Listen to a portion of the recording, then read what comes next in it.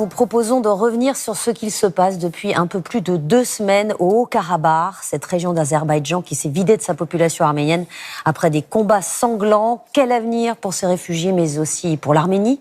Est-ce que la guerre est finie ou ne fait que commencer? Quel rôle jouera la France? C'est l'édition spéciale du 20h. Selon les Arméniens, ils sont plus de 100 000 à avoir quitté le Haut-Karabakh. Cet exode inédit est intervenu après une guerre éclair précédée d'un blocus de 9 mois. L'objectif était clair, asphyxier un peuple. Récit de Maryse Burgot. Une route qui serpente, le fil ininterrompu de voitures dans les montagnes du Karabakh, des photos pour l'histoire. Elle témoigne de l'exode massif des Arméniens débuté il y a 15 jours. Des milliers de camions et de véhicules. Selon les Arméniens, 100 000 personnes ont fui le Haut-Karabakh parce que l'Azerbaïdjan a repris l'enclave. Les regards racontent ce voyage sans espoir de retour. Les enfants, les hommes, les femmes laissent derrière eux ces sommets perdus à jamais. On a tout laissé derrière nous, tout ce qui nous appartenait.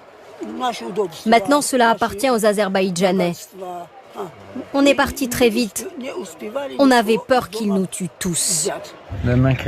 Ils nous ont dit, soit vous partez, soit vous prenez des passeports azerbaïdjanais. Il n'est pas question que l'on prenne des passeports azerbaïdjanais. Les larmes, le désespoir. Les milliers de vies compactées dans des ballots de fortune. Le victorieux président azerbaïdjanais leur avait promis une réintégration pacifique. Ils n'y ont pas cru. Ils ont fui dans la terreur et l'épuisement. Ils viennent en effet de subir un blocus de 9 mois. L'Azerbaïdjan avait coupé le fameux couloir de Latchine. C'était le seul lien entre le Haut-Karabakh et l'Arménie. Nous avions faim et soif. Il n'y avait plus rien dans les magasins. On était coupés du reste du monde. À Stepanakert, capitale de l'enclave, le temps semble s'être arrêté. Sur cette place, des centaines de chaises, les réfugiés s'étaient rassemblés ici avant de monter dans les bus de l'exil. La ville est aujourd'hui désertée. Le Parlement européen dénonce une épuration ethnique. Les Arméniens sont chrétiens, les Azerbaïdjanais musulmans. Ici, l'une des croix les plus emblématiques du Haut-Karabakh, elle est à terre. Plus loin, les panneaux de signalisation arméniens, ils sont détruits, remplacés sur le champ. Le nom des villes est changé. Stepanakert s'appelle désormais Kandkendi. C'est la fin de l'existence démographique de cette enclave arménienne. Et l'afflux massif de réfugiés dans un pays de 3 millions d'habitants, c'est un immense défi pour les autorités arméniennes. Les exilés sont arrivés dans la petite ville frontalière de Goris. Où vivent-ils à présent? Comment la solidarité s'organise? Reportage de nos envoyés spéciaux Agnès Varamian, Soufiane Yassine et Vaheter Minassian. En terre arménienne, les drapeaux fleurissent les tombes. Le rouge, le bleu et le orange, couleurs de la nation. Ce matin, ce sont 2 jeunes soldats tués la semaine dernière au Haut-Karabakh que l'on porte en terre, sous les honneurs militaires et dans les pleurs de leur famille.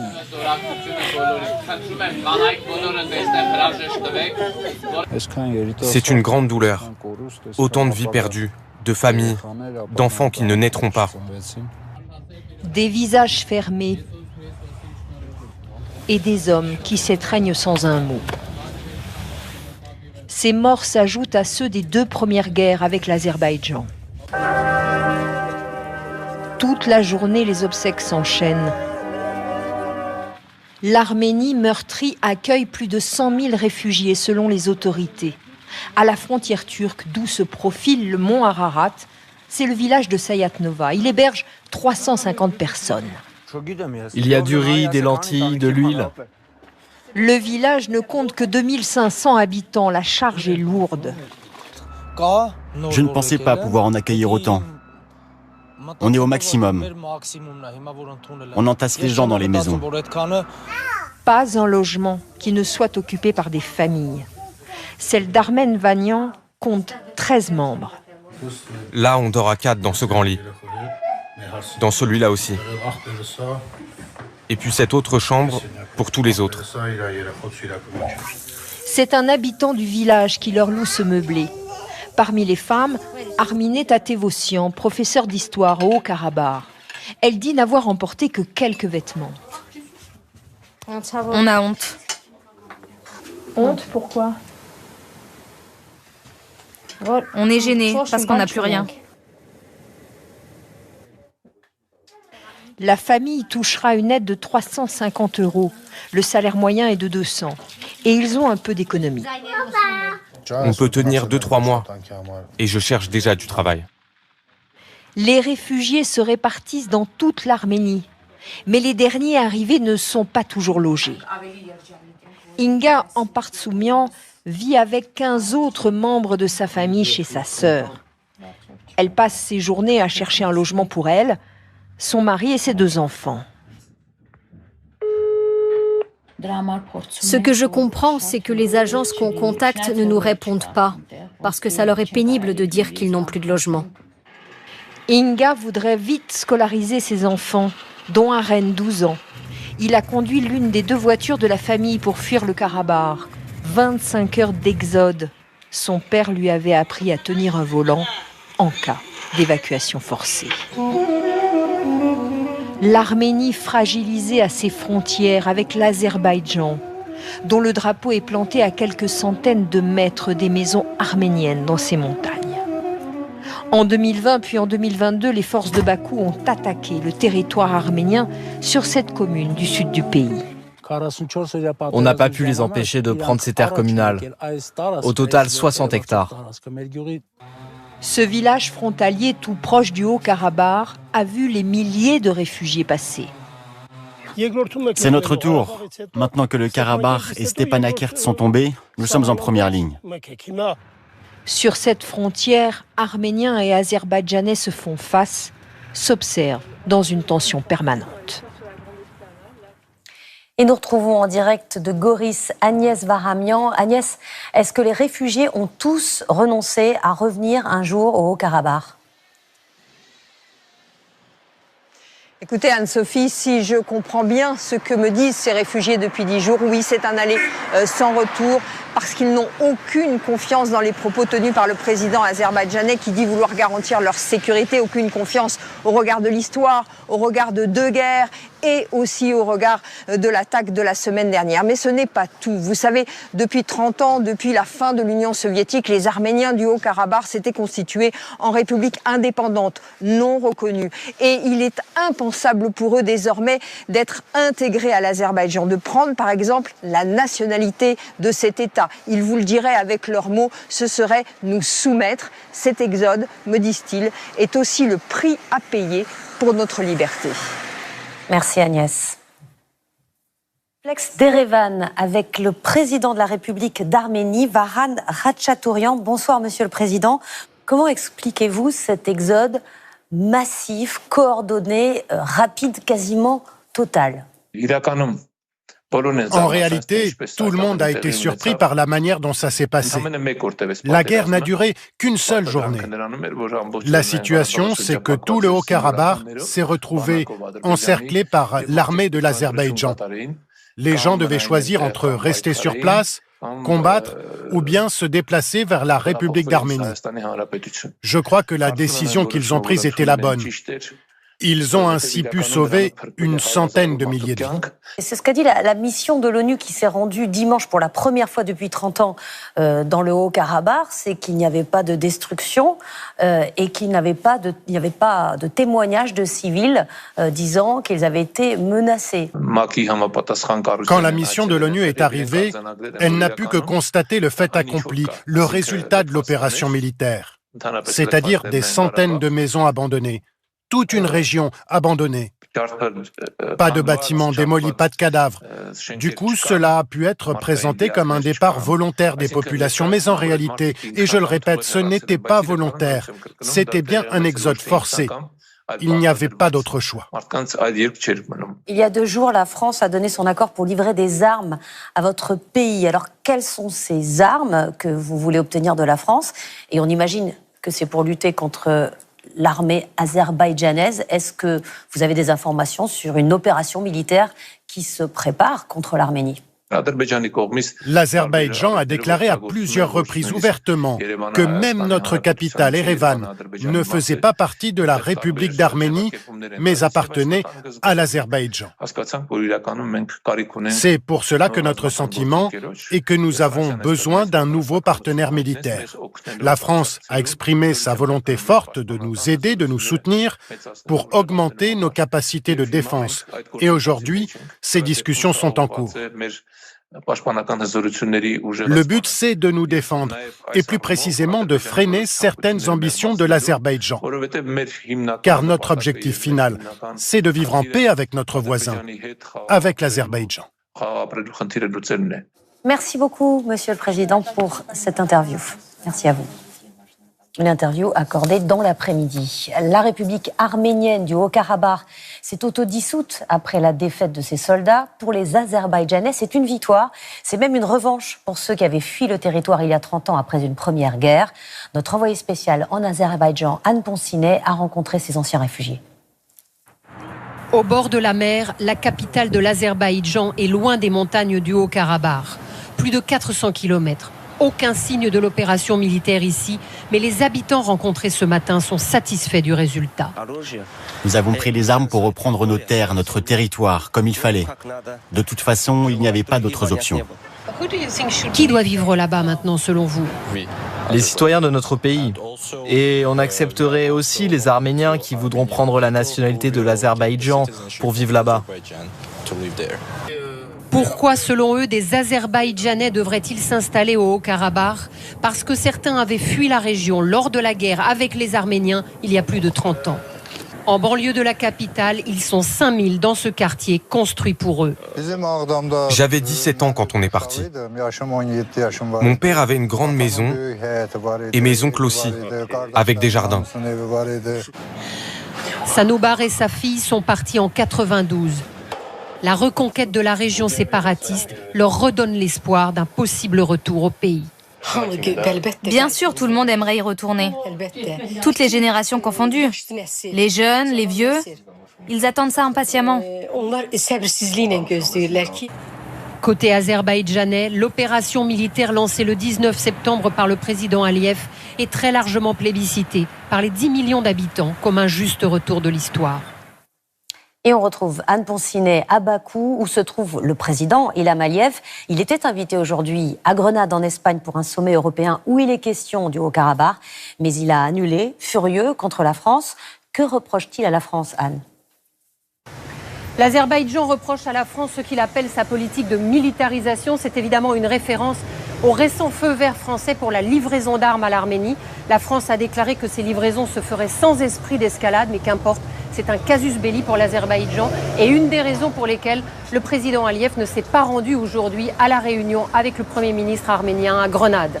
Alors est-ce que ça veut dire que tout espoir de négociation est perdu ? Non, puisque l'Azerbaïdjan a annoncé aujourd'hui qu'il pourrait participer prochainement à des pourparlers avec l'Arménie sous l'égide de l'Union européenne. Et ce pourrait avoir lieu à la fin du mois d'octobre à Bruxelles. Si Paris compte fournir des armes à l'Arménie, c'est qu'il y a un risque de nouvelle agression. Bonsoir Étienne Lénart. Bonsoir Anne-Sophie. Les Azerbaïdjanais pourraient s'en prendre à une autre région en Arménie. Oui, après le Haut-Karabakh, toute l'inquiétude de l'Arménie se porte vers le sud du pays, cette région que nous avons dessinée en vert ici sur la carte. Regardez, à droite c'est l'Azerbaïdjan, mais à gauche, à l'ouest, c'est aussi l'Azerbaïdjan, ou plutôt un territoire, le Nakhitchevan, qui a été rattaché à l'Azerbaïdjan au moment de la période soviétique. C'est grand comme un département français et c'est peuplé de plusieurs centaines de milliers d'Azéris. Entre ces deux blocs, le sud arménien, c'est simplement 35 km de large. Et l'on prête au président de l'Azerbaïdjan de relier ces deux blocs azerbaïdjanais par un corridor que nous avons matérialisé en jaune ici, qui lui permettrait de contrôler les échanges commerciaux et d'assurer également la sécurité entre l'Arménie donc au nord et l'Iran au sud. Et tout cela arrangerait bien un allié de l'Azerbaïdjan, la Turquie. Absolument. Quand on regarde la carte du Nakhitchevan, on se rend compte, la flèche en jaune l'indique, qu'il y a un accès à la Turquie alliée de l'Azerbaïdjan et qui rêve d'étendre son influence sur toute cette région au détriment de l'Arménie, mais aussi au détriment, et peut-être surtout au détriment de l'Iran. Pas plus tard que la semaine dernière, le président de l'Azerbaïdjan, Aliyev, à droite, et le président turc Erdogan étaient dans cette région ensemble pour inaugurer une base militaire commune, de quoi amplifier l'inquiétude des Arméniens qui n'ont pas les moyens militaires, humains ou financiers de se défendre face à une telle alliance. Merci Étienne. On comprend le risque d'une nouvelle guerre dans l'ancien empire soviétique. Pourquoi cette fois l'Europe se tient-elle à distance? Pourquoi a-t-elle laissé faire? Pour des raisons légales, elle n'a pas reconnu le Haut-Karabakh arménien, mais aussi peut-être pour des raisons économiques. Décryptage de Valérie Lerouge avec Marie Cazot. Une région mise à genoux par 9 mois de blocus. Une attaque militaire express avec des centaines de morts. 35 ans de guerre larvée observée de loin par l'Occident. Pourquoi l'Europe est-elle si frileuse dans ce conflit? Décryptage. Contrairement à l'agression de l'Ukraine, l'attaque du Haut-Karabakh n'a pas suscité d'intervention de l'Occident. Que dit le droit international? À la chute de l'Empire soviétique, le Haut-Karabakh fait sécession sans être reconnu par la communauté internationale.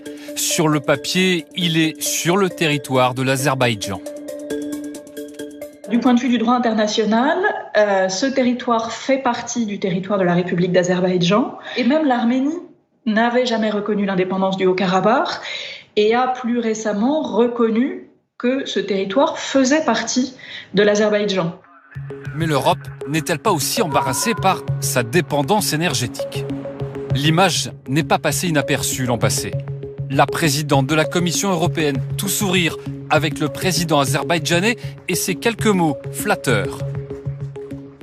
Vous êtes en effet un partenaire énergétique crucial pour nous et vous avez toujours été fiable. Ce jour-là, l'Europe signe un accord pour doubler ses importations de gaz azerbaïdjanais. Il transite par gazoduc vers la Grèce, la Bulgarie, la Croatie et l'Italie. Mais ce gaz représente tout au plus 5% des importations européennes. En revanche, c'est une manne d'argent considérable pour l'Azerbaïdjan. Et dans ce conflit, quel rôle joue la Russie? Elle a toujours protégé l'Arménie. Et les soldats russes s'affichent aujourd'hui dans la capitale du Haut-Karabakh. Mais lors de l'offensive azerbaïdjanaise il y a 15 jours, ils n'ont rien fait. Vladimir Poutine est trop occupé par l'Ukraine, mais pas seulement. Il apprécie peu les tentatives de rapprochement récentes du président arménien avec l'Occident. Et avec nous, la ministre des Affaires étrangères, Catherine Colonna. Bonsoir, Madame la ministre. Bonsoir. D'abord, les députés européens ont adopté aujourd'hui à une large majorité un texte dénonçant une épuration ethnique au Haut-Karabakh. Peut-on parler, selon vous, d'une épuration ethnique? Ça y ressemble, en tout cas.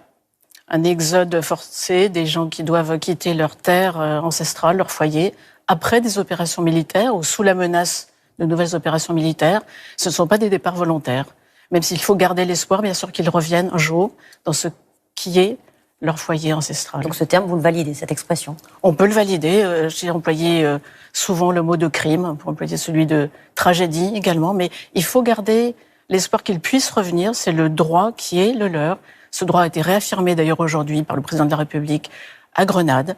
Et donc, je n'aime pas considérer que les choses sont faites. Il ne faut pas, nous nous battons pour un avenir meilleur. Nous nous battons pour un avenir meilleur. Est-ce que nous sommes vraiment droits dans nos bottes? N'avons-nous pas été inertes alors que ce drame se passait sous nos yeux? Non, on ne peut pas dire ça. La France est l'amie de l'Arménie de longue date. Mais de longue date aussi, elle agit à ses côtés. Les Arméniens le savent et le disent.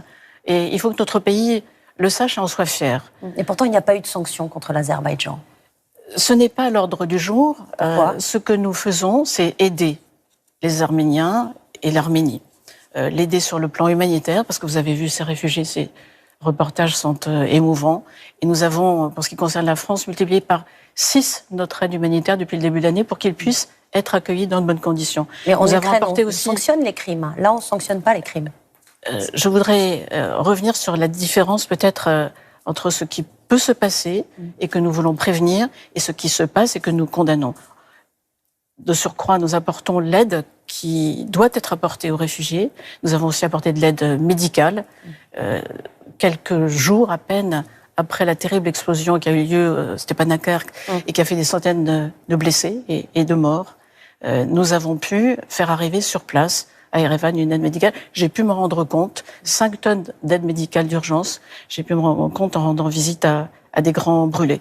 Et nous allons demain procéder à une évacuation de 4 grands blessés de Stepanakert vers Paris. Mais là, je vous parle de sanctions. Par exemple, l'eurodéputé qui représente la droite au Parlement européen, François-Xavier Bellamy, a suggéré de couper nos importations de gaz de Bakou parce que le gaz d'Azerbaïdjan ne vaut pas vraiment mieux que celui de Russie. Ce que nous faisons, c'est dire à l'Azerbaïdjan qu'il doit respecter ses engagements, qu'il doit respecter aussi le droit international, et nous appuyons diplomatiquement, politiquement, l'Arménie de longue date. Et encore une fois, les Arméniens nous en sont reconnaissants. Nous le faisons aux Nations Unies, nous l'avons fait chaque fois qu'il y a eu des réunions du Conseil de sécurité, c'est à l'initiative de la France. Nous l'avons fait à l'OSCE, nous le faisons dans le cadre européen. Et c'est une bonne chose qu'alors que nous avons souhaité, dans le passé, que les Européens parlent plus clairement et plus fermement, disent les choses à nos côtés, eh bien, désormais, le Parlement européen s'est exprimé. La Commission européenne, aujourd'hui, a annoncé également qu'elle augmenterait son aide. Et puis, vous avez vu à Grenade la réunion entre le président de la République, le chancelier allemand, le président du Conseil européen et le Premier ministre Pachinian, qui m'avait reçu avant-hier, pour, à ses côtés, rappeler l'inviolabilité des frontières, pour rappeler l'importance de l'intégrité territoriale, de la souveraineté et de l'indépendance du pays. Mais vous avez annoncé des armes aussi pour garantir ces frontières. Nous sommes à l'action, y compris avec, je l'ai évoqué après le ministre des Armées, Sébastien Lecornu, la possibilité pour la France, qui a déjà une relation de sécurité et de défense avec l'Arménie, de la prolonger, compte tenu de la situation, dans un dialogue dont le président arménien vous parlait, pour aider ce pays à mieux assurer sa protection. Quelles armes et quand ? Vous savez que ces questions sont généralement couvertes par ce qu'on appelle le secret défense. D'autre part, une fois la décision de principe prise, et elle est prise, eh bien, un dialogue s'engagera maintenant avec l'Arménie pour voir quels sont ses besoins. Parce qu'on craint une nouvelle attaque répondre. De l'Azerbaïdjan. Et c'est une façon aussi de prévenir, d'éviter d'être dans une situation encore plus difficile qui, cette fois, appellerait certainement des sanctions, une réaction très forte de l'Europe, de la France en tout cas, et de la communauté internationale. Merci beaucoup, Madame la Ministre, d'être venue sur notre plateau. L'Arménie espère un soutien de la France, car les liens entre nos pays, vous le disiez, sont anciens. La plus forte diaspora arménienne d'Europe se trouve en France. Des réfugiés du Haut-Karabakh ont déjà, par le passé, été accueillis par cette communauté arménienne française. Cette fois encore, celle-ci s'est mobilisée. Reportage à Marseille de Noémie Dahan et Christophe Larocca. Dès qu'elle le peut, Eriknas Gaboulian appelle sa famille, réfugiée en Arménie. Comment vont les enfants? Ils sont stressés? Les enfants font des cauchemars, ils ont peur. Son beau-frère, sa belle-sœur et ses 3 enfants ont dû fuir le Haut-Karabakh. Ils vivent depuis dans l'angoisse. Mes parents sont aussi avec moi. On n'a pas d'endroit pour vivre. On n'arrive même pas à penser à l'avenir. Eriknas Gaboulian était professeur d'histoire à Chouchi, au Haut-Karabakh. Elle aussi a dû fuir son pays. C'était il y a 3 ans. Loin des siens, elle suit les événements, le cœur serré. Pendant plusieurs jours, nous étions bouleversés. Nous n'avions aucune nouvelle de notre famille. C'était terrible. À Marseille, la solidarité s'affiche. Forte de 80 000 membres, la communauté arménienne se mobilise, comme ses fidèles venus se recueillir. Tous les jours, on pleure. C'est insupportable.